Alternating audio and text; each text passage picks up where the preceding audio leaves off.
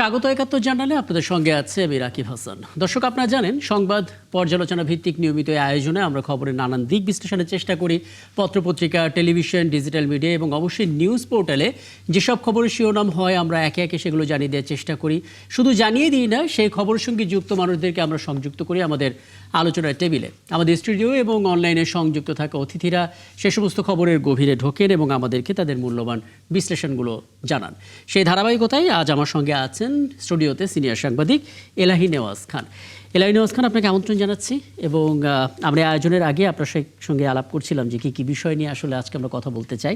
মূলত এই টপিকগুলোর মধ্যে থাকবো এবং আরও কিছু বিষয় নিশ্চয়ই যুক্ত হবে, সেগুলো নিয়ে আমরা কথা বলার চেষ্টা করবো। এবং দর্শক, আপনাদেরকে স্বাগত জানাই এবং বলে রাখি আয়োজনের বিভিন্ন পর্যায়ে ধাপে ধাপে অতিথিরা আমাদের সঙ্গে যুক্ত হবেন অনলাইনে এবং আমরা তাদেরও গুরুত্বপূর্ণ বিশ্লেষণগুলো এবং পর্যবেক্ষণ জানানোর চেষ্টা করব। আমরা দেখেছি মোটামুটিভাবে ৫ আগস্টের পর রাজনৈতিক দলগুলো পরস্পরের ভিতরে এক ধরনের রাজনৈতিক শিষ্টাচার রেখে কথা বলছিল এবং এখন পর্যন্ত আমরা সরাসরি অন্য রাজনৈতিক দলকে টার্গেট করে কথা বলার ক্ষেত্রে রাজনৈতিক দলটার নাম মুখে আনতে দেখিনি। একটি বিশেষ দল এই শব্দটা প্রয়োগ করা হচ্ছে।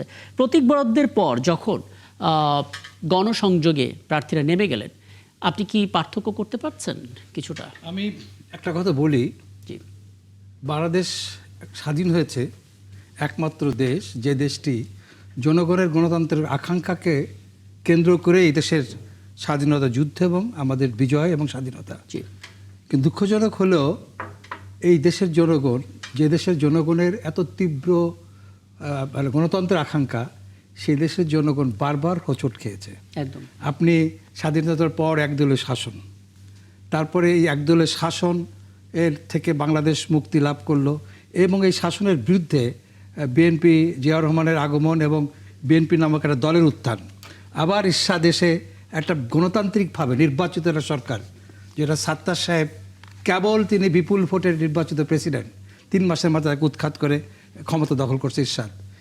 আবার আমরা ঈর্ষাদের বিরুদ্ধে, আপনি দেখেন এই আবার ঈর্ষাদের বিরুদ্ধে যারা, যে বিএনপি আওয়ামী লীগের বিরুদ্ধে, লুটপাটের বিরুদ্ধে, এক দলের বিরুদ্ধে একটা গণতান্ত্রিক আকাঙ্ক্ষা নিয়ে যে বিএনপির জন্ম, সেই বিএনপিকে উৎখাত করলো যখন ঈর্ষাদ, তখন আবার ঈর্ষাদের বিরুদ্ধে একটা পর্যায়ে যায়।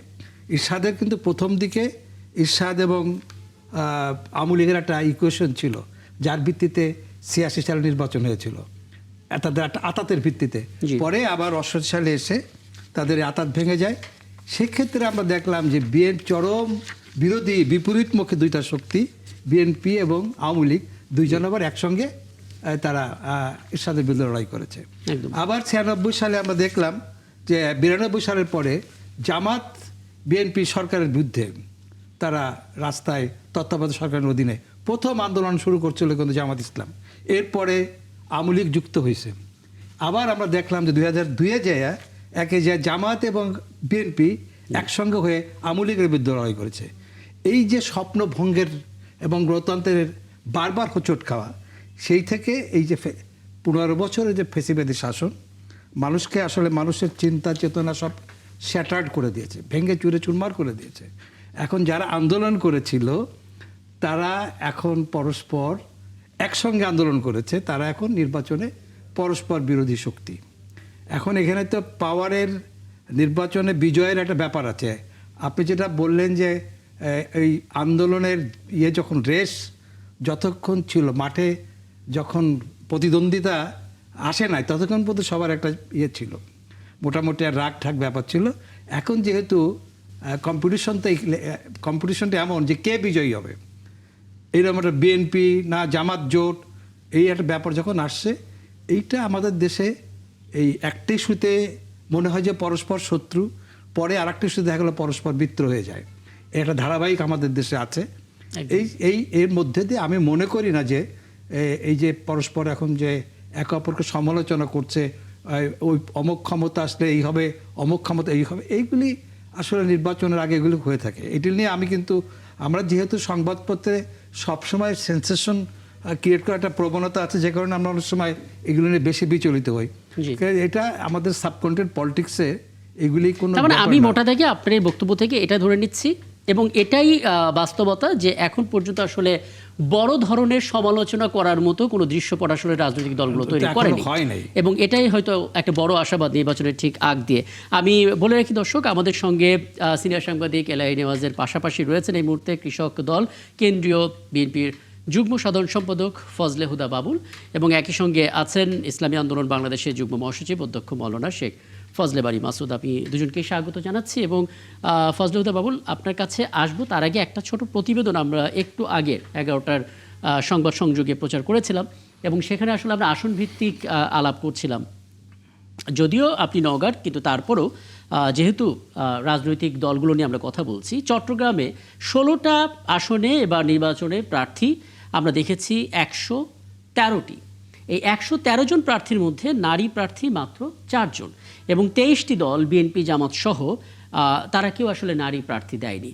অনেকেই প্রশ্নটা জানতে চাইছেন যে চট্টগ্রামে তো নারীদের একটা বড় ভূমিকা রয়েছে, ভোট ব্যাংক রয়েছে, প্রার্থী হিসেবে তাদেরও তো কয়েকজনের নাম প্রস্তাব করা যেত, দল হিসেবে বিএনপি আসলে কি ভাবনাটা এখানে রেখেছে আসলে? ধন্যবাদ এলাহি নেওয়াজ খান ভাইকে জি, এবং সহ আলোচক ফজলে বাড়ি মাসুদ ভাইকে।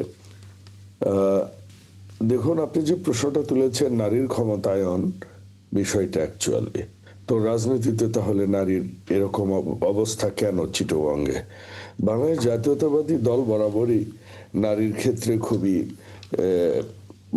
একাট্টা এবং নারীর ক্ষমতায়নের ব্যাপারে খুবই সচেতন। আপনি জানেন যে ম্যাডাম খালেদা জিয়া আজ আমাদের মাঝে নেই, কিন্তু উনি যখন রাষ্ট্র ক্ষমতায় ছিলেন তখন কিন্তু বিএনপি নারী মানে মেয়েদের স্কুল কলেজ পড়ালেখাটা অবৈতনিক করেছে, নাম্বার 1। নাম্বার 2 হচ্ছে আমরা আগামীতে নির্বাচনের জন্য আমরা নারীদের আর্থিকভাবে স্বাবলম্বী এবং সামাজিক সুরক্ষা দেওয়ার জন্য ফ্যামিলি কার্ডের মাধ্যমে, এবং সেটা নারীদের নামে করছি। তো এই স্টেপগুলা কিন্তু বিএনপি সবসময় নেয়। এখন কথা হচ্ছে বিগত 17 বছরে যে জুলুম অত্যাচার বাংলাদেশে গিয়েছে, এটা সব দলের হয়েছে। সেখানে আমাদের রাজপথে আন্দোলনে নারীদের নাম্বার মতো ওই রকম সামাজিক অবকাঠামো এখনো গড়ে ওঠেনি। আমার কাছে মনে হয়েছে এটা হয়তো অনতিবিলম্বে। এখন আপনারা দেখেছেন যে তারপরও বিএনপি বেশ কিছু নারী নেত্রীকে আমরা নমিনেশন দিয়েছি। তো আগামীতে আমরা হয়তো আরো এটি বাড়িয়ে তুলব। চিটাগংয়ের ব্যাপারে যেটা বলছেন, আমি ওই কথাতেই আসছি। মূলত আমরা দেখেছি যে আমার কাছে মনে হয়েছে, আমি নীতি নির্ধারক নই, দলের একজন ক্ষুদ্র কর্মী হিসেবে আমার কাছে মনে হয়েছে দল এবারে ওইসব প্রার্থীকেই কনসিডারেশনে নিয়ে এসেছে যেসব প্রার্থীদের বিগত 17 বছরে তাদের আন্দোলন সংগ্রাম, জেল, জুলুম এবং সাধারণ লোকজনের পাশে থাকা, তাদের দুঃসময়ে তাদের সাথ দেয়া, তাদের দেখভাল করা, মামলা হামলায় কর্মীদের টেক কেয়ার করা, এসব ক্ষেত্রে চিটাগংয়ে হয়তো পুরুষরা হয়তো একটু এগিয়ে ছিলেন, যে কারণে আমার মনে হয় এটা হয়েছে। কিন্তু আমরা সবসময় নারীদের ক্ষমতায়নে বিএনপি বদ্ধপরিকর, যে কারণে আমি আপনাকে দুটো উদাহরণ দিলাম। চমৎকার। মানে এটা থেকে এটা বোঝা গেল যে আসলে আন্তরিকতা বা সেই চেষ্টা কোনোটারই অভাব নেই, কিন্তু বাস্তবতার প্রেক্ষিতে হয়তো চট্টগ্রামের ক্ষেত্রে এই সিদ্ধান্তটা এসেছে। নিশ্চয়ই আরও কিছু বিষয় নিয়ে আমরা কথা বলার চেষ্টা করব, এবং বলে রাখি দর্শক, আমাদের সঙ্গে এক পর্যায়ে যুক্ত হবেন এনসিপির যুগ্ম সদস্য সচিব ও 10 দলীয় জোটের সিরাজগঞ্জ 6 আসনের প্রার্থী SM সাইফ মুস্তাফিজ। আমরা কথা বলবো, এবং অধ্যক্ষ মাওলানা শেখ ফজলে বাড়ি মাসুদ, আপনার কাছে ছোট একটা প্রশ্ন করে রাখতে চাই। যেটা আমরা দেখছিলাম যে আজকে শিরোনামেও এসেছে, চরমোনাই পীর তিনি বলেছেন, যারা বন্ধুর সঙ্গে ধোঁকাবাজি করে তাদের কাছে দেশের মানুষ নিরাপদ নয়। বন্ধু কারা, ধোঁকাবাজিটা কি ছিল আসলে? অনেক ধন্যবাদ আপনাকে এবং সহ আলোচক সহ জনাব এলাহি নেওয়াজ খান সহ।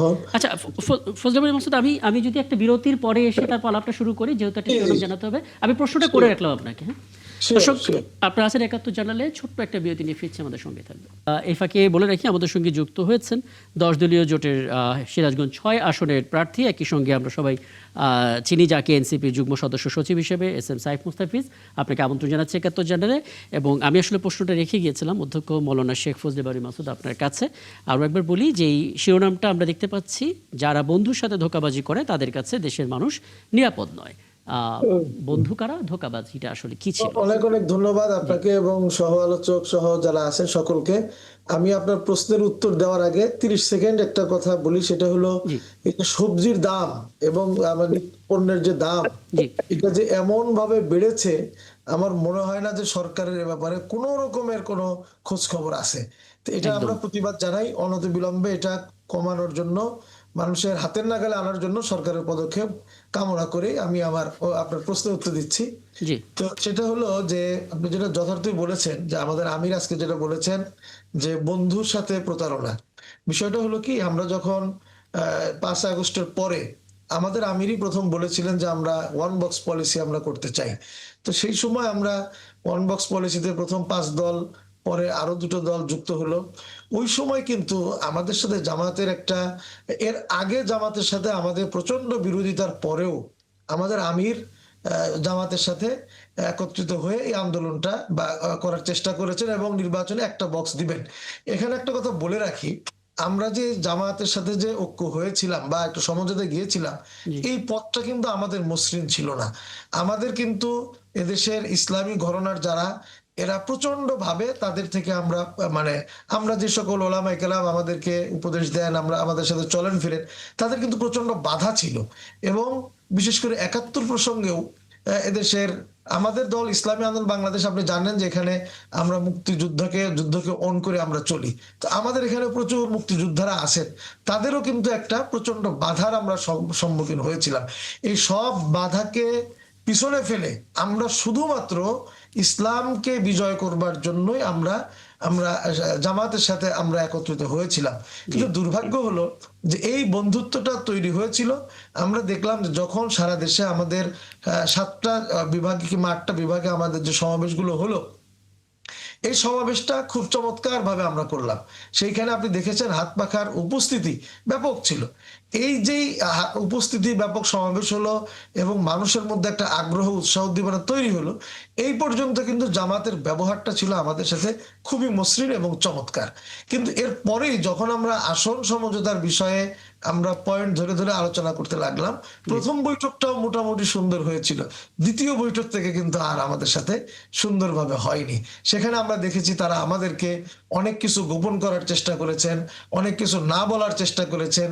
আমরা একসাথে সমঝোতা করব, আমার কথা আপনাকে বলবো, আপনার কথা আমাকে বলবেন, আমরা দেখেছি অনেক কিছু তারা আমাদের থেকে গোপন করে যেতেন এবং গোপন করে করে আস্তে আস্তে একটা পারস্পরিক যে সম্পর্ক, এর মধ্যে একটা চিড় ধরলো। এবং আজকে তো আমরা দেখলাম একটা ভিডিও অলরেডি ভাইরাল হয়েছে যে আব্দুল্লাহ মোহাম্মদ তাহের বলছেন যে তারা যখন আমেরিকান এম্বাসিতে গিয়েছে, সেখানে তারা নাকি বলেছে তোমাদের সাথে একটা এক্সট্রিমাইজ একটা দল আছে। তো তাদেরকে সে নাকি উত্তর দিয়েছে যে আমরা তাদেরকে সেখানে সরিয়ে আনার চেষ্টা করছি। এখান থেকে কথা বোঝা যায় যে জামাত বোধহয় আমেরিকার সাথেও একটা সংযোগ স্থাপন করবার জন্য, এবং আমরা দেখেছি ভারতের সাথে তাদের বৈঠক হচ্ছে, এই সকল এদেরকে আমাদেরকে রেখে তাদেরকে হয়তো বন্ধু বানানোর চিন্তা থেকেই হয়তো বা তারা আমাদের সাথে এই সম্পর্কের চিড় ধরানোর চেষ্টা করেছেন, যেটা আমাদের আমির প্রতারণা শব্দটা বলেছেন। এবং আমি দেখে আপনাকে বলেই গেলাম যে আমাদের যখন এই সমাবেশগুলো হচ্ছিল তখন কিন্তু সম্পর্ক ভালো, যখনই এটা মূল জায়গায় গেলাম যে আমরা সমঝোতার জায়গায় যাব, তখনই কিন্তু তারা আমাদেরকে অনেকটা ডিনাই করার চেষ্টা করলেন। এবং আমাদের প্রথম বৈঠকেও আমি ছিলাম এই আসন ভাগা সমঝোতার, সেখানেও মোটামুটি সুসম্পর্ক, যদিও একটু উত্তপ্ত দিয়ে শুরু হয়েছে। দ্বিতীয় বৈঠকের শুরুতেই কিন্তু জামাতের এক নেতা যিনি এটার দায়িত্বে ছিলেন, তিনি দ্বিতীয় বৈঠকের সেকেন্ড কি থার্ড সেন্টেন্স তিনি বললেন যে এখন আর আমাদেরকে মিষ্টি ভাষায় বললে আমরা শেষ করতে পারবো না, এখন কিছু শক্ত এবং তিক্ত কথা বলতে হবে। তো তখনই আমরা মনে করেছি যে যতদিন পর্যন্ত একটা আওয়াজ তোলা প্রয়োজন ছিল তখন হাত পাখাকে প্রয়োজন ছিল, এখন যে আওয়াজ তোলা হয়ে গিয়েছে এখন আপনারা এই লাইনে যাচ্ছেন, এটাকেই আমাদের আমির প্রতারণা হিসাবে। বুঝতে পারছি, আপনি আপনার জায়গাতে প্রশ্ন করছেন। জি, এখানে আমি একটা বিষয়ে জানতে চাই, জি, সেটা হচ্ছে যে আপনি যেটা বললেন যে গোড়ার থেকেই মসৃণভাবে আসছিল এবং শেষ তো তিক্ততার সৃষ্টি হলো শুধু কি আসন ভাগাভাগি নিয়ে, না আদর্শগত কোনো ডিফারেন্স ছিল? না, অবশ্যই আমরা তো বলেছি আমাদের তিনটা কারণ। এক নাম্বার ছিল আদর্শগত দিক। আমরা প্রথমেই দেখেছি তারাও ইসলামের কথা বলছে, কিন্তু তারা এই কিছু এম্বাসির সাথে কথাবার্তার পরে আমরা দেখলাম যে তারা তাদের ইসলামের কথাটা তারা বলা খানিকটা ছেড়ে দিয়েছে। তারা অন্যান্য কথা বলে ইসলামকে উপস্থাপন করতেছে, কিন্তু ইসলামী শরিয়া, ইসলামের বিষয়গুলি তারা উপেক্ষা করে চলছে।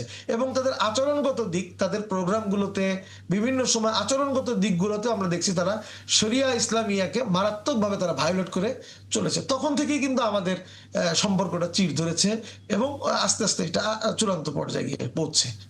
একটা দাবি, না, হ্যাঁ, বাইরেতে যে এই ইমপ্রেশনটা তৈরি হয়েছে যে আদর্শগত না, সিট ভাগাভাগি নিয়ে বিরোধের ফলে আপনাদের সমঝোতা ভেঙে গেছে। বাইরে প্রচারণটা এরকমই হয়েছে। না, এটা হবেই, কারণ এখন যেহেতু নির্বাচনটাই মুখ্য, তো সেজন্য আসলে ওইটাই মানুষে আলোচনায় রাখে, ওটা এই কারণেই এটা হয়েছে। কিন্তু যদি এখন যে নির্বাচন না থাকতো তাহলে হয়তো বা মানুষ এই আসনটা পিছনে ফেলতো, হ্যাঁ, আদর্শিকতাটাকে হয়তো একটা অভিযোগ আবার চরমোনাই পীর তিনিও করেছেন এবং এটা অনেক শিরোনামে এসেছে যে বিএনপি থেকে নাকি ফোন দেওয়া হয়েছে বিএনপির এক বড় নেতা। মানে বিষয়টা কি? না, এটা অবশ্যই অবশ্যই সত্য এবং বাস্তব কথা।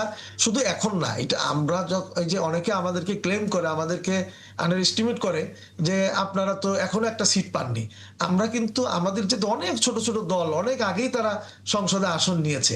তো আমাদের জন্মলগ্ন থেকেই কিন্তু আমাদের যে জনসমর্থন, এটা দেখে অতীতের বিভিন্ন রাজনৈতিক দল যারা ক্ষমতায় গেছে প্রত্যেকেই বলেছে যে ইসলামী আন্দোলনকে 5টা 10টা আসন আমরা দেই। কিন্তু আমরা কখনোই আমরা বলেছি না আমরা আপনাদের স্বৈরাচারের কিংবা আমরা আপনাদের দুর্নীতির আমরা সহযোগী হব না। এটা কখনোই আমরা গ্রহণ করি নাই।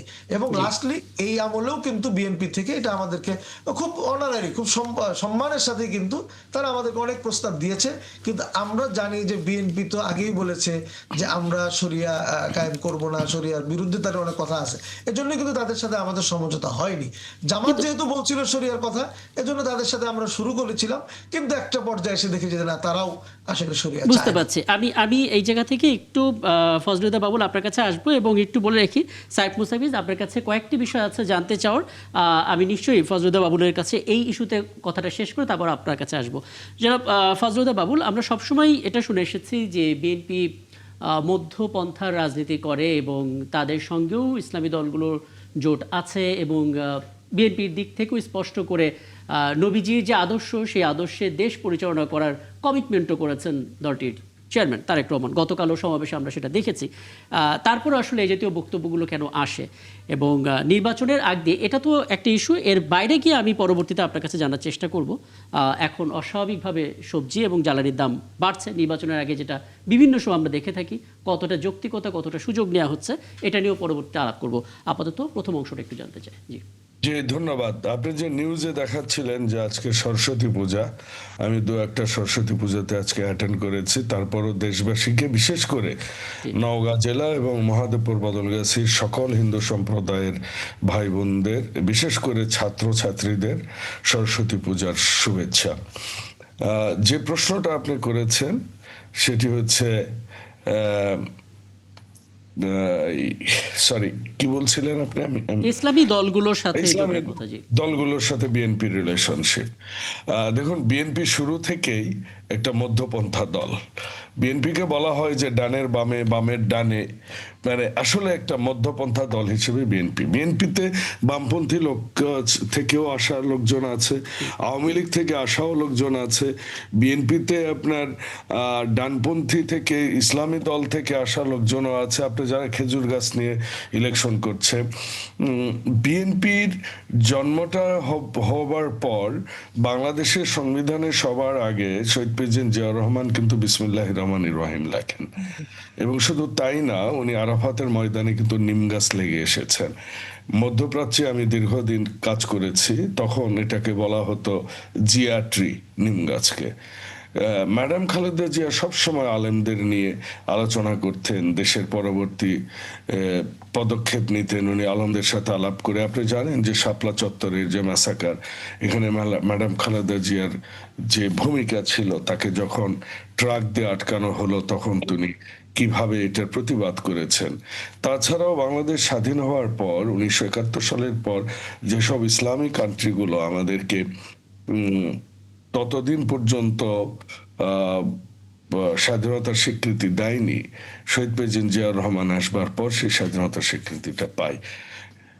জনাব তারেক রহমান দেশে ফেরত এসে উনি একটা কথা বলেছেন, নবীর ন্যায় পরায়ণতার ভিত্তিতে রাষ্ট্র পরিচালনা করবেন। তার মানে বিএনপি ইসলামী দল নয়, বিএনপি ধর্ম নিয়ে রাজনীতি করে না। বিএনপি সকল ধর্ম, সকল মত, সকল পথ নির্বিশেষে হিন্দু, মুসলমান, বৌদ্ধ, খ্রিস্টান, আদিবাসী, সমতল, পাহাড়ি সবাইকে একসাথে গেথে বিএনপি যে রাজনীতিটা করে এবং যেটা শহীদ প্রেসিডেন্ট জিয়াউর রহমান দিয়ে গেছেন বাংলাদেশকে, সেটা হচ্ছে বাংলাদেশী জাতীয়তাবাদ। এখানে সবার পরিচয় একটাই, সেটা হচ্ছে সবাই বাংলাদেশী। একজন মুসলমান যেরকম নাগরিক সুবিধা ভোগ করবে, যেরকম নিরাপত্তা সুবিধা ভোগ করবে, একজন হিন্দুও তাই করবেন, একজন আদিবাসীও তাই করবেন, একজন ক্ষুদ্র এখন এই বার্তাটা কি মানে ফজলে বাড়ি, মাসুদ, এরকম ইসলামী আন্দোলন বাংলাদেশে যারা নেতারা রয়েছেন বা এরকম রাজনৈতিক দলের নেতারা রয়েছেন, তারা তো এই বার্তাটা এইভাবেই পাচ্ছে নাকি?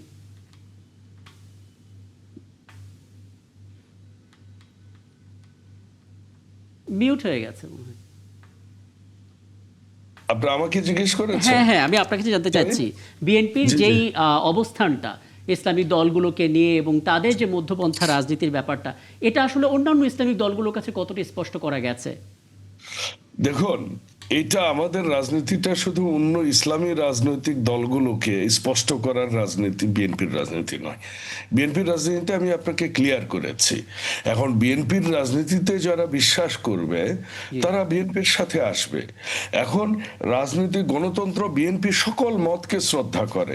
বিএনপির রাজনীতির বেজই এইটা যে বিএনপি মনে করে এখানে অনেক মত থাকবে, পথ থাকবে, সবার সেই মত শোনা এবং সেগুলোকে নিয়ে সহাবস্থান আর কি। এবং তার মধ্যে জনগণ এটা পছন্দ করবে যে বিএনপি কোনটাকে, জনগণ কোনটাকে গ্রহণ করছে, তার বেসিসেই বিএনপি রাজনীতিটা করে। না, আপনার কাছে আমার আবার একটু জানতে ইচ্ছে করছে, জি আপনার কাছে জানতে ইচ্ছে করছে এটা যে যখন 4 দলীয় জোট ছিল। খান ভাই, বেশি কিছু জানতে চাই না, আমি গ্রামের রাজনীতি করি, হালকা করে জানবো। না না না, বেশি শুধু এটুকু জানতে চাচ্ছি যে মানে যখন 4 দলীয় জোট ছিল, যেটার মধ্যে জামাত ছিল এবং ইসলামী ঐক্য জোট ছিল, তখন আমি দেখছি যে বলা হতো যে জাতীয়তাবাদী ইসলামী মূল্যবোধ ধারণ করার কথাটা বলা হতো। এখন এই ইসলামী দলগুলি একটু আলাদা হয়ে নতুন জোট করেছে। এখন কি বিএনপি থেকে এরকম বলা হবে যে জাতীয়তাবাদ ইসলামী মূল্যবোধের? নওয়াজ ভাই, আমি উপজেলা বিএনপির একজন সভাপতি, তারপরও আপনার প্রশ্নের উত্তরটা আমি দিচ্ছি। সেটি হচ্ছে যে আপনি একটা সুন্দর প্রশ্নের অবতারণা করেছেন। আপনি ভালো লেখালেখি করেন, বিশেষ করে নয়া দিগন্তে আমি দেখেছি আপনার লেখালেখি। তো বিষয়টা হচ্ছে আপনি পারফেক্টলি পয়েন্ট আউট করেছেন, এটা বিএনপির মত নয়, বিএনপির দলের স্ট্যান্ডও নয় যে বিএনপি ইসলামী মূল্যবোধের দল। বিএনপি হচ্ছে ধর্মীয় মূল্যবোধের দল, দুটো আলাদা জিনিস। সকল ধর্মের সহাবস্থানকে বিএনপি সম্মান করে, এটার নামই হচ্ছে বাংলাদেশ জাতীয়তাবাদী দল। সেকুলার দৃষ্টিভঙ্গি। আমি এক্স্যাক্টলি আপনাকে সেকুলারটা বলতে চাচ্ছি না, আমার শব্দটা সকল ধর্মগুলোর প্রতি শ্রদ্ধা বা নৈতিকতা জায়গাটা রেখে আর কি রেসপেক্ট করি আমরা, এবং তারই বেসিসে আমরা বলি বাংলাদেশী জাতীয়তাবাদ। একদম। আমি আপনার বক্তব্যটা স্পষ্ট হতে পেরেছি। আমরা ধর্মীয় মূল্যবোধের দল, নট ইসলামী মূল্যবোধের দল।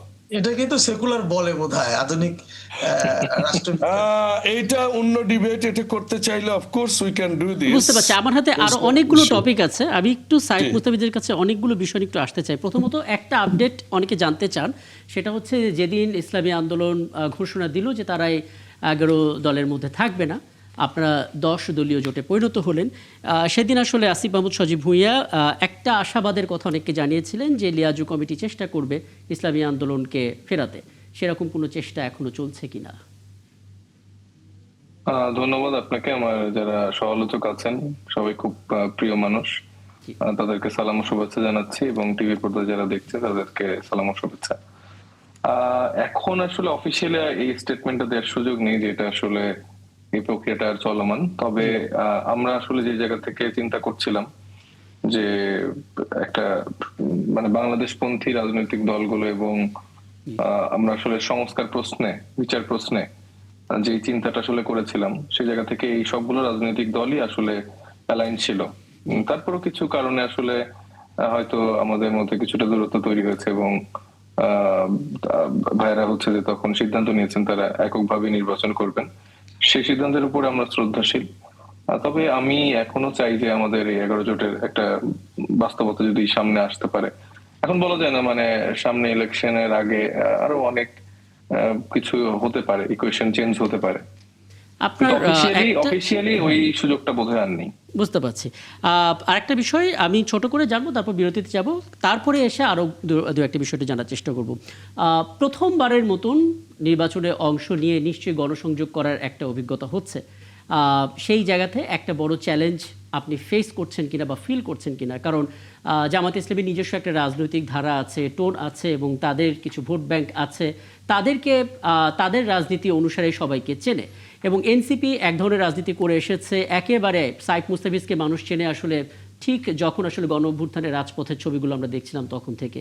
এরপর এনসিপি তৈরি হলো, এরপর আপনি ইলেকশনে দাঁড়ালেন এবং 10 দলীয় জোটের মধ্যে আছেন যেখানে জামাত ইসলামীও আছে, তাদের একটা রাজনৈতিক ধারাও আছে।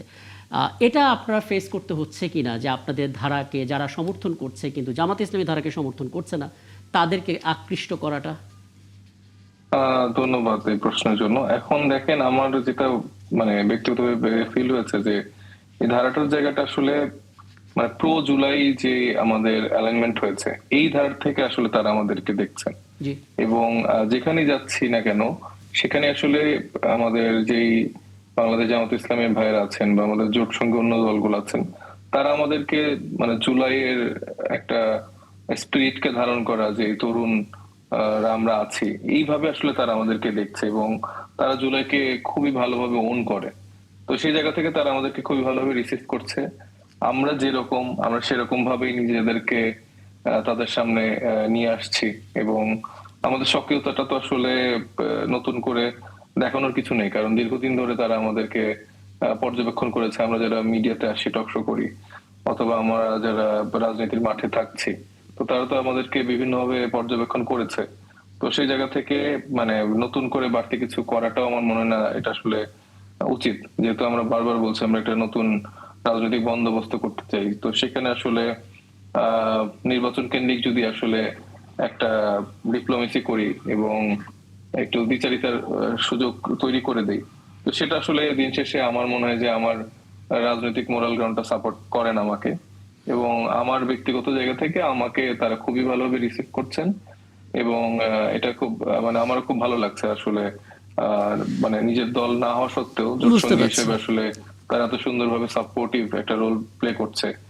কারণ আমি যদি বিএনপির এক্সাম্পল দেখি, সেখানে যে আসনগুলোতে আসলে বিএনপি আসন ছেড়েছে সেখানে কিন্তু এখনো দেখা যাচ্ছে যে তারা বিভিন্নভাবে আসলে তাদেরকে ডিস্টার্ব করছে বা আসনে আসলে তারা এখনো সেই লড়াইটা চালিয়ে যাচ্ছে। তো সেই জায়গা থেকে সাংগঠনিকভাবে বাংলাদেশ জামাত ইসলামী বা অন্যান্য যে জোটসঙ্গী দলগুলো আছে তারা আমাদেরকে সেই সাপোর্টটা দিচ্ছে, এটাতে আসলে আমরা স্যাটিসফাইড। বুঝতে পারছি। আরও কিছু বিষয় জানার চেষ্টা করব। আর অধ্যক্ষ মাওলানা শেখ ফজলে বারী মাসুদ, আপনার কাছে একটা প্রশ্ন একটু করে রেখে যেতে চাই, বিরতির পরে শেষে উত্তরটা জানার চেষ্টা করব। সেটা হচ্ছে যে শুরুতে আপনাদের যে যাত্রা সেটা মসৃণ ছিল, পরবর্তীতে আপনারা আলাদা হলেন এবং এখন এই মুহূর্তে আপনাদের যাত্রা কতটা মসৃণ সেটা একটু বলবেন এবং কোনো ধরনের প্রচারণার ক্ষেত্রে বাধার সম্মুখীন হচ্ছেন কিনা, কোনো চ্যালেঞ্জ ফেস করতে হচ্ছে কিনা সেটা একটু যুক্ত করার চেষ্টা করবেন বিরতির পর ফিরে এসে। দর্শক, আপনারা আছেন একাত্তর জানালে, ছোট্ট আরেকটা বিরতি নিয়ে ফিরছে, আমাদের সঙ্গে থাকবেন। সাথে থাকার জন্য ধন্যবাদ। একাত্তর জানালে আরও একবার আমন্ত্রণ জানাচ্ছি এবং আমাদের সঙ্গে আমাদের অতিথিরা রয়েছেন। শেখ ফজলে বারী মাসুদ, আপনার কাছে যে প্রশ্নটা রেখে গিয়েছিলাম যে শুরুতে একটা সমঝোতার জায়গা তৈরি হয়েছিল জামাত ইসলামের সঙ্গে, তারপরের পথটা মসৃণ ছিল না, এখন আপনারা আলাদা হয়ে গেছেন এবং কোনো বড় দলের সঙ্গে জোট না তৈরি করে আপনারা নিজেরাই নির্বাচন করছেন এককভাবে। কতটা মসৃণ এখন আসলে? এককভাবে নির্বাচন করার অভিজ্ঞতা আগেও আছে। জি। আমরা আগেও 300 আসনে করেছি, এরপরে মেয়র ইলেকশন করেছি, আমরা বড় অনেক সময় এককভাবে নির্বাচন করেছি। কাজে এটা আমাদের পুরানো অভিজ্ঞতা, এতে কোনো সমস্যা নেই। হ্যাঁ, আমি শুরুতে যেটা বলেছিলাম যে বরঞ্চ আমরা জামাতের সাথে সমঝোতায় যাওয়ার পরে আমরা আমাদের অনেক বন্ধুকে আমরা হারিয়েছিলাম, যারা আমাদের থেকে দূরে সরে গিয়েছিল। অনেক বিজ্ঞ ওলামায়ে কেরাম, দিনদার, বুদ্ধিজীবী মানুষ, এরপরে বিশেষ করে তবলিগ জামাতের সাথে সম্পর্ক রাখেন এরকম অনেকে, আরো অনেক শ্রেণীর পেশা মানুষ, শ্রেণীর মানুষ, যারা আমাদেরকে এজন্যই ভালোবাসতেন যে আমরা একলা চলি, একটা আদর্শের উপরে চলি। এজন্য আমাদেরকে প্রচুর মানুষ কিন্তু ভালোবাসে। তো এই জায়গাটা আমরা এই বন্ধুদেরকে হারিয়েছিলাম। এখন বরঞ্চ আমরা ফেরত আসার পরে আমরা দেখলাম যে আমাদের ওই বন্ধুগুলো তারা আমাদেরকে ভালোবাসছে, তারা সবাই করলেই বলছে যে আপনারা একবার করছেন, ভালো হয়েছে। আমি আপনার অনেস্টলি যদি বলি, আমি ঢাকা 11 আসনের আমি প্রার্থী। তো এখানে আমি গত 2 দিনে তো আমি সকাল সন্ধ্যা আমি প্রচুর লোকের সাথে আমি সম্মুখীন হয়েছি, কথা বলেছি। মানে বলতে গেলে একজন মানুষ আমি পেয়েছি শুধুমাত্র, আমি অনেস্টলি বলছি, একজন মানুষ শুধু আমাকে বললেন যে আপনারা কেন জোট থেকে সরে আসলেন বা আপনারা পৃথক হলেন। একজন মানুষ আমাকে বলেছেন, বাকি সকল মানুষ আমাকে খুবই সুন্দরভাবে গ্রহণ করেছে এবং তারা বলেছে এটাই আপনাদের পথ, এই পথেই আপনাদের থাকা উচিত। আদর্শ নিয়ে যে ইসলামের কথা আমরা বলি, সেই ইসলাম নিয়ে আপনাদের থাকা উচিত। কারণ আমি একটা কথা আমাদের ফজলে হুদা ভাইয়ের সাথে কথাটা বলে যাই, সেটা হলো ইসলামী আন্দোলন বাংলাদেশ চাই, সেটা হলো যে ওনারা যেভাবে সকল ধর্মের অধিকার নিশ্চিত করতে চান জাতীয়তাবাদের মাধ্যমে, আমরা মনে করি জাতীয়তাবাদ বলেন, ধর্মনিরপেক্ষতাবাদ বলেন বা সেকুলারিজম বলেন, এগুলির মাধ্যমে অন্যান্য ধর্মের মানুষের যতটা অধিকার নিশ্চিত করা যায়, আমরা এটা বিশ্বাস করি এবং ইতিহাস তাই বলে, ইসলামের আলোকে চললে অন্যান্য ধর্মাবলম্বী এবং সকলের অধিকার আরো বেশি প্রতিষ্ঠিত করা যায়, অধিকার নিশ্চিত করা যায়। এজন্যই আমরা ইসলামকে প্রাধান্য দিই। মৌলানা সাহেব, আমি একটা জিনিস জি আপনার কাছে জানতে চাই, সেটা হলো যে যারা জুলাই আন্দোলনের সঙ্গে জড়িত ছিল তারাই মূলত এখন এই নির্বাচনে পরস্পরের বিরুদ্ধে লড়ছে, কথা বলছে।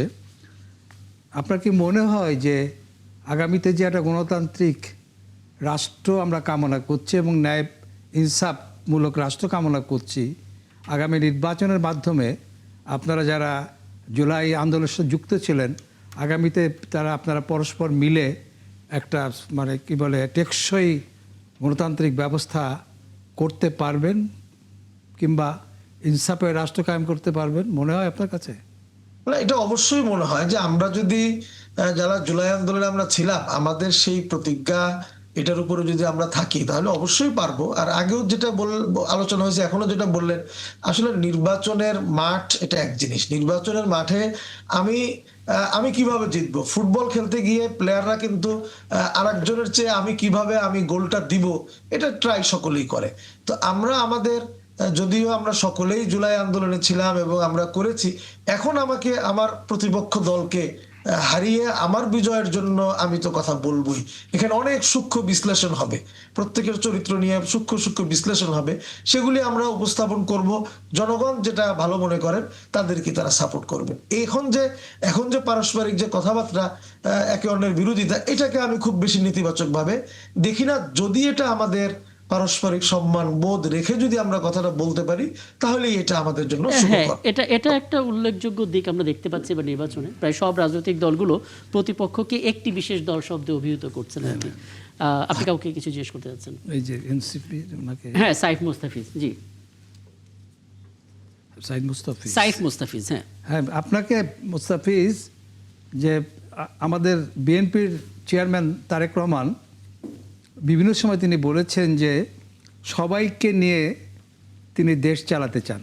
জি, আপনারা যারা তরুণ জুলাই আন্দোলনের অগ্রভাগে ছিলেন, তাদের কি মনে হয় যে আগামীতে আসলে আপনারা সবাই মিলে একটা দেশ চালানোর মতন একটা অবস্থা যেতে পারবেন? ধন্যবাদ আপনাকে। আমরা তো চাই, আমরা যারা তরুণ, আমরা জুলাই গণঅভ্যুত্থান থেকে উঠে এসেছি, আমরা তো আসলে এরকম একসাথে একটা নতুন বাংলাদেশ বিনির্মাণ করার স্বপ্ন দেখি। তো সেই জায়গা থেকে তো আমরা আশা করি যে বর্তমানে ফ্যাসিবাদ বিরোধী যতগুলো রাজনৈতিক দল আছে, সেই জায়গা থেকে আসলে আমার মনে করি যে আমরা একটা নতুন বাংলাদেশ বিনির্মাণ একসাথে করতে পারবো। তবে তারেক রহমান সাহেব থেকে শুরু করে বর্তমানে বিএনপির যারা দায়িত্বশীল নেতারা আছেন, তাদের এখনকার যে কথাবার্তা বা তাদের যে চিন্তা, সেই জায়গাটা থেকে আমরা আসলে খুব বেশি ভরসা করতে পারছি না যে এই স্বপ্নটা আমাদের পূরণ হবে কিনা। যেমন এখনই আমরা দেখতে পাচ্ছি যে আজকে সম্ভবত মির্জা ফখরুল ইসলাম আলমগীর সাহেব হচ্ছে তার আসনে যখন ভোটের ক্যাম্পেইন করছিলেন, তো সেখানে উনি বললেন যে হাসিনার রেখে যাওয়া যেসব নৌকার লোকজন আছেন, মানে তাদের একটা সিকিউরিটি দেওয়ার কথা বলেছেন। তো আচ্ছা, এই ভোটারগুলো তাহলে কি করবে স্পিরিটে সাইফ মুস্তাফিজ? মানে ওই ভোটার যারা আওয়ামী লীগদের ভোট দিত কিন্তু ফ্যাসিবাদের দোষর ছিল না, যারা আসলে একটা সুন্দর বাংলাদেশের জন্যই ভোটটা দিয়েছিল এবং প্রতারিত হয়েছে বলা যায়, তারা আসলে এখন কি করবে? তাদেরকে নিয়ে তো একটা বক্তব্য তো রাজনৈতিক দলগুলো থাকা উচিত। এখানে কি আসলে এরকম কি, মানে এই ক্যালকুলেশনটা আপনি কিভাবে করেন যে আলাদা করে কোন দলের ভোটার থাকে? তাহলে তো সবসময় যে ভোট ব্যাংকটার কথা আপনারা বলেন, যে পার্সেন্টেজের কথা বলেন, না, তাহলে একজনও যদি কোনো ভোটার থাকে, আগে যখন 2007-এর আগের ইলেকশনের আগ পর্যন্ত আপনি যদি ভোটার যে টার্ন আউটটা হতো, সেটা আমরা এক সময় দেখতাম যে এই দলের পক্ষে 70%, আবার আরেক দলের পক্ষে 20%, 20%, আবার পরের বার যে সুষ্ঠু ইলেকশন গুলোর কথা বলছি, জি। সেই টার্ন আউট গুলো তো হওয়ার কথা না। তাহলে তো আমার ওই ফুল ওই সেট আপ যে ইলেকশনের ভোট ব্যাংক সেটা এরকম থাকতো। আমি যেটা মনে করি দলের কোন আসলে এরকম ভোট ব্যাংক থাকে না। যারা কর্মী সমর্থক থাকে, যারা আসলে এই ব্যাপারগুলোর সাথে পার্টিসিপেট করে, কতটা আকৃষ্ট করতে পারছে ভোটারদেরকে, তাই তো? হ্যাঁ, এই জায়গাটাতে তারা অলওয়েজ দেখে, মানে আমাদের জনগণরা আসলে খুবই, আমি তো সাজাদপুর থেকে ইলেকশন করছি, এখানকার মানুষ খুবই সহজ সরল। এই মানুষগুলা খুব বেশি কিছু চাহিদা নাই, এদের সাথে আপনি একটু যে কথা বলবেন, এদের কথাগুলো শুনবেন, এবং তাদেরকে সেই আস্থার জায়গাটায় নেওয়া, যে আসলেই আপনাদের যে সমস্যাগুলো, সেটা একজন জনপ্রতিনিধি হিসেবে সমস্যাটা সমাধান করার যে আশ্বাস দেয়া এবং সেটা বাস্তবায়ন করার যেই প্রক্রিয়াটা, সেটা যদি তারা ফিল করে, তারা আপনাকে জান দিয়ে ভালোবাসবে। এই ভালোবাসা আপনি টাকা দিয়েও কিনতে পারবেন না। এবং এই ভোটাররা আসলে কোনো দলের থাকে না, হয়তো বা কোনো এক সময় আপনাকে ওনারা নৌকায় ভোট দিচ্ছেন যখন সেই আশ্বাসটা সেই নেতা থেকে পেয়েছেন, আবার কোনো সময় তো ধানের শীষে ভোট দিচ্ছেন একটা বিষয় যখন একটু সেই বলুন সাইফ আশ্বাসটা মুস্তাফিজ। সেই প্রতিনিধি থেকে পেয়েছেন। একটা বিষয় হচ্ছে সাইফ মুস্তাফিজ, কিন্তু আমি যেটা মনে করি যে এই ভোটার বা এই যে বারবার বলা হয়, এটা এরকম কিছু নেই। কর্মী সমর্থক থাকে, বিএনপির বিশাল কর্মী সমর্থক আছে, বাংলাদেশ জামাত ইসলামের বিশাল কর্মী সমর্থক আছেন, এদের ক্ষেত্রে আপনি আলাদা করে বলতে পারেন। কিন্তু ভোটারদের আমি আসলে কোনো ক্রাইটেরিয়াতে আলাদা করে ভোট ব্যাংক বলতে পারছি না আর কি। আচ্ছা, সেক্ষেত্রে ফজলুদ্দা বাবুল, আপনিও কি একমত? মানে রাজনৈতিক দলের ভোট ব্যাংক থাকে না, কেবল কর্মীরাই থাকে? না, আমি দুঃখিত, আমি ওনার সাথে দ্বিমত করছি না, কিন্তু আমি আমার মতটা দিতে চাচ্ছি। সেটা হচ্ছে যে অবশ্যই থাকে। উনি নিজেই একটা শব্দ করেছেন যে ভোট ব্যাংক থাকে না, তবে কর্মী এবং সমর্থক থাকে। ওই সমর্থকটাই হচ্ছে আমরা ভোট ব্যাংক বলছি। কারণ আমরা যখন ভোট করতে যাই, বলে এটা বিএনপির বাড়ি, এটা জামাতের বাড়ি, এইটা হচ্ছে হাত পাখার বাড়ি, এভাবে কিন্তু আমাদের গ্রামের কর্মীরা আমাদেরকে, আমি শিওর। আমি সরি একটু অ্যাড করছি, দুঃখিত। আমি এই সমর্থক এবং কর্মীকে সেই দায়টার রাজনীতির ক্ষেত্রে আমি কাউন্ট করতে চাই। মানে আপনার যদি এই আওয়ামী লীগের সাথে যারা এই কাজগুলোতে ইনভলভ, এরাই সেই কর্মী সমর্থক। সাধারণ যে ভোট ব্যাংক, সেই সাধারণ ভোট ব্যাংকের কথাটাকে আমি ডিফার করে আমি বলেছি। এবং এদের কাছ থেকে যদি আপনারা টার্গেট করেন যে হ্যাঁ আপনাদেরকে আমরা সেফটি সিকিউরিটি দিব, তাইলে ভাই আপনারা জুলাইয়ের চেতনা বা জুলাইয়ের স্পিরিটকে ধারণ করেন। আপনারা জাস্ট এই জুলাইয়ের উপর দিয়ে সাইফ মুস্তাফিজ, আপনার বক্তব্যটা দিয়েছে, আমি একটু শুনে আসি, তারপর আবার আপনার কাছে ফিরবো। জি, আমি যেটা বলছি যে উনি যেটা বলেছেন সমর্থক, ওইটাই আমরা বলছি ভোট ব্যাংক। এখন এই ভোট ব্যাংক তো আছেই, আর যখন আপনি ভোটে দাঁড়াবেন, আমি তো জামাতের কাছেও ভোট চাই, আমি এনসিপি ছেলেদের কাছেও ভোট চাই, আমি লাঙ্গলের কাছেও ভোট চাই। আমি এইটাও বলি, হ্যাঁ অবশ্যই নৌকামার্কা নাই, যারা নৌকামার্কায় ভোট দিতেন তারা কোথায় ভোট দিবেন? তারা আমাকে ভোট দিবেন, কারণ আমি মুক্তিযুদ্ধের সন্তান, দেশের স্বাধীনতায় বিশ্বাস করি, সার্বভৌমত্ব বিশ্বাস করি, দেশের স্বাধীনতা বাবার অবদান ছিল, এবং আমি সেই মুক্তিযোদ্ধার দল শহীদ প্রেসিডেন্ট জিয়াউর রহমানের হাতে গড়া বিএনপির করি।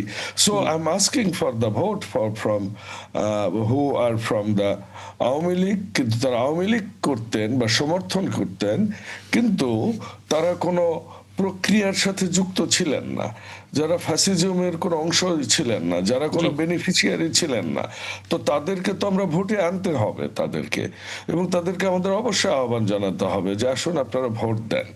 তো বিএনপি কিন্তু ওই এমন না যে বিএনপি ভারতের পক্ষে বা বিপক্ষে, পাকিস্তানের পক্ষে বা বিপক্ষে, আমেরিকার পক্ষে বা বিপক্ষে, কিংবা ওই আপনার চায়নার পক্ষে বা বিপক্ষে। বিএনপি হচ্ছে বাংলাদেশের পক্ষে।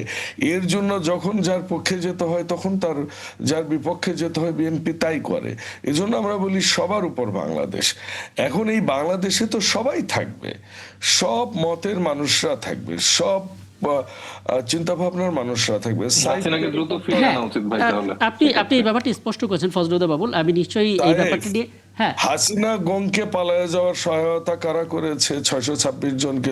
লেটস ডু দ্যাট হ্যাঁ, ইনভেস্টিগেশন। ওটা নিয়ে সুযোগ থাকলে আমি আলাদা করে আলাপ করবো। সাইফ মুস্তাফিজ একটা বিষয় একটু বলবেন। বিএনপি যে ধরি মাছ নাচুই পানির যতগুলো আওয়ামী লীগের বিরুদ্ধে মামলা বিএনপির মানুষরা দিয়েছে ভাই, আমি ধরে লিস্ট আকারে আপনাকে বলতে পারবো হাসিনার কোন বিরুদ্ধে যতগুলো কোন এলাকায় কোন এমপি পদপ্রার্থীরা যারা আছেন কাকে কাকে শেল্টার দিয়ে রাখছেন, কার কার টাকা খেয়েছেন, এই তথ্যগুলো আমাদের জি কাছে সাইফ মুস্তাফিজ, আমরা আপাতত নির্বাচনের আলাপের মধ্যেই থাকি। আমরা আসলে পেছনের কথাগুলো নিয়ে বলতে গেলে কয়েক ঘন্টা লেগে যাবে আসলে, কারণ আমরা জানি আপনারা প্রত্যেকের রাজনীতিবিদ, প্রত্যেকের হাতে অনেক প্রমাণ আছে যেগুলো নিয়ে অনেক কথা বলা যাবে। আমি ছোট করে একটা বিষয় একটু জেনে নিতে চাই সাইফ মুস্তাফিজ, সেটা হচ্ছে যে যখন 10 দলীয় জোটটা তৈরি হলো, সমঝোতা, সবার একটা আগ্রহের দিকে ছিল, কারণ এনসিপি তরুণদের দল এবং তারা সেই গণঅভ্যুত্থানের সময় থেকেই মানুষদেরকে খুব কাছাকাছি টানার একটা চেষ্টা করেছে, যে কারণে আসলে তারা শেষমেশ কি করে, তাদের প্রতীকটা কি হয়, তারা কি নিজেরা নির্বাচন করবে, কোন দলের সাথে তারা যাবে। তারা তো একটা সময় বলেছিল বিএনপির জন্যও তারা দরজা খোলা রেখেছে, যদি বিএনপি সুযোগ হয় আপনাদের সঙ্গে, যদি মতের মিল হয় তাদের সঙ্গেও জোট হতে পারত। দিন শেষে একটা জোট হলো এবং বলা হলো এটা আসলে সমঝোতা, আদর্শিক কোনো জোট না। কিন্তু এই ভাষাটা কি আলাদা করতে পারছে এনসিপি, জামাতের ভাষা এবং এনসিপির ভাষা ভোটারদের কাছে? হ্যাঁ, ডেফিনেটলি পাচ্ছে। আমাদের যে আইডিওলজি, আমাদের যে রাজনীতির ধারা, সেটা আমরা মানুষের কাছে সেভাবেই পৌঁছাচ্ছি, সেভাবেই সবাইকে দাওয়াত দিচ্ছি। এখানে কিছু ব্যাপারে তো আসলে আমাদের মতাদর্শিক জায়গায় মিল হচ্ছে, বা আমরা যেরকম বিচার প্রশ্নে, সংস্কার প্রশ্নে খুব স্পেসিফিক ভাবে আমরা অবস্থান নিতে পারছি, যেটা অনেক দল অবস্থান নিতে পারছে না। তারা আসলে কখনো হ্যাঁ বলে, কখনো না বলে। তো এরকম অবস্থান যাদের নেই, সেই সব রাজনৈতিক দলগুলি তো আসলে একসাথে জোট করেছে। তো সেই জায়গা থেকে তো আমরা বুঝতে পারছি সেভাবেই উপস্থাপন একদম করছি। এলানিয়াস খান, আপনার একটা ছোট্ট মন্তব্য নিয়ে আমি আলাপটা শেষ করব। সেটা হচ্ছে একদম আউট অফ কনটেক্সট। আমরা আসলে নির্বাচনের যতটা নির্বাচন আমরা দেখেছি অতীতে, সব জায়গায় একটা কমন ফ্যাক্টর ছিল, জিনিসপাতির দাম বাড়বে, হয় সবজির দাম, না হয় জ্বালানির দাম। এবার শুরুটাই আমরা দেখলাম যে শিরোনামেও দেখছি সবজির দাম চড়া। ছোট করে একটু বলবেন, মানে কেন এটা হচ্ছে বা কেন আসলে বন্ধ করা গেল না এবারও?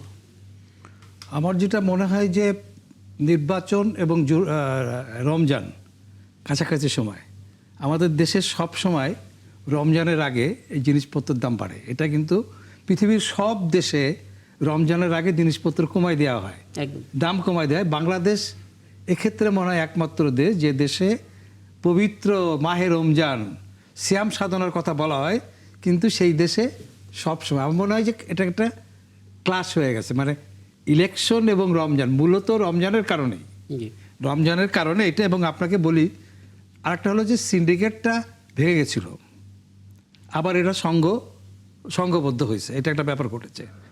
যে বিষয়টা গত রোজার আগে যেটা করেছিল এই সরকারি, তখন কিন্তু সব কিছু সহনীয় পর্যায়ে চলে আসছিল, তখন সিন্ডিকেটটা ভাঙতে পারছিল। অর্থাৎ আমাদের বাজারে যেটা ডিমান্ড এবং সাপ্লাই, আপনি যখন সাপ্লাইটা বেশি করে দিবেন তখন কিন্তু সিন্ডিকেট টিকতে পারবে না, গতবার যেটা করেছিল। তো এবার এখন পর্যন্ত আমরা সেটা দেখতে পাচ্ছি না। যে গতবার তো একদম সব কিছু ফ্ল্যাট করে দেওয়া হয়েছিল, মানে একদম ফ্ল্যাটের বাসায় দেওয়া হয়েছিল। তো আমরা আশা করি যে নির্বাচনে এই সরকার অনেক বেশি ইনভলভ হওয়ার ফলে হয়তো এ ব্যাপারে তাদের কোনো থাকতে পারে। আর একটাও বলে যে অনেকে বলে থাকেন যে আগের মতো করে চাঁদাবাজিটা আবার চলছে, এই কারণে যেমন ছোট ব্যবসায়ীরা ওই টাকা দেওয়ার কারণে জিনিসপত্রের দাম ওই সময় ভেঙে গেছিলো এটা, ওই তাই গত মোটা দাগে রমজানের যে আগে চেইনটা ভাঙা গিয়েছিল ভেঙে শুরুর দিকে, গেছিল, সেটা আবার এটা সংঘবদ্ধ হয়েছে। একদম একদম।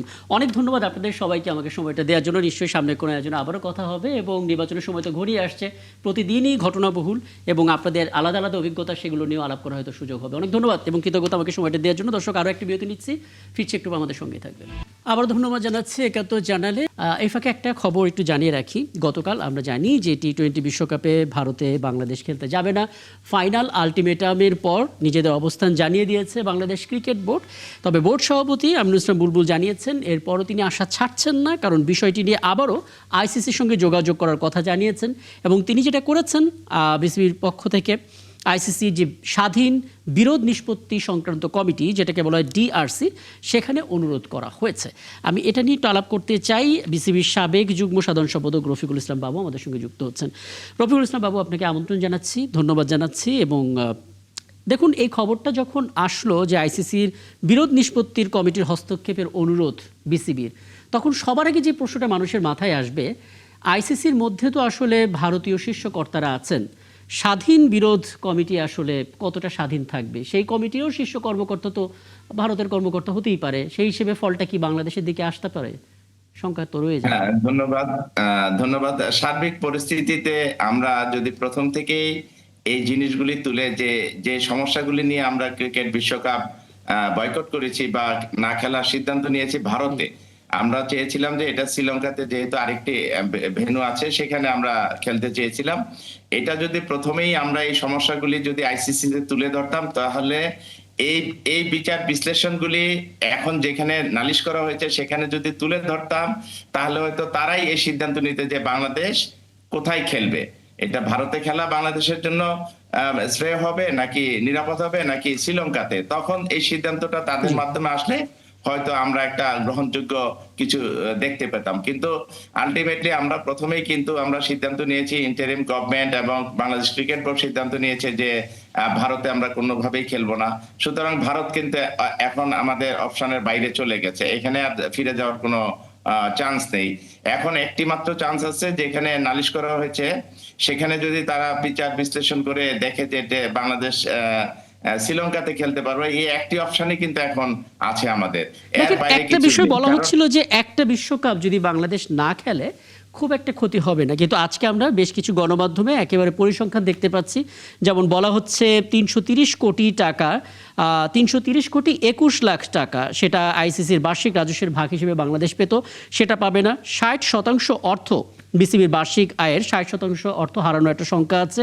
বড় ক্ষতির আশঙ্কা রয়েছে, কারণ সম্প্রচার সত্ত্বেও স্পন্সরশিপ থেকে একটা আয় হয়, সেই অঙ্কটা প্রায় 100 কোটি টাকা। সে 100 কোটি টাকা লোকসান হওয়ার সম্ভাবনা আছে।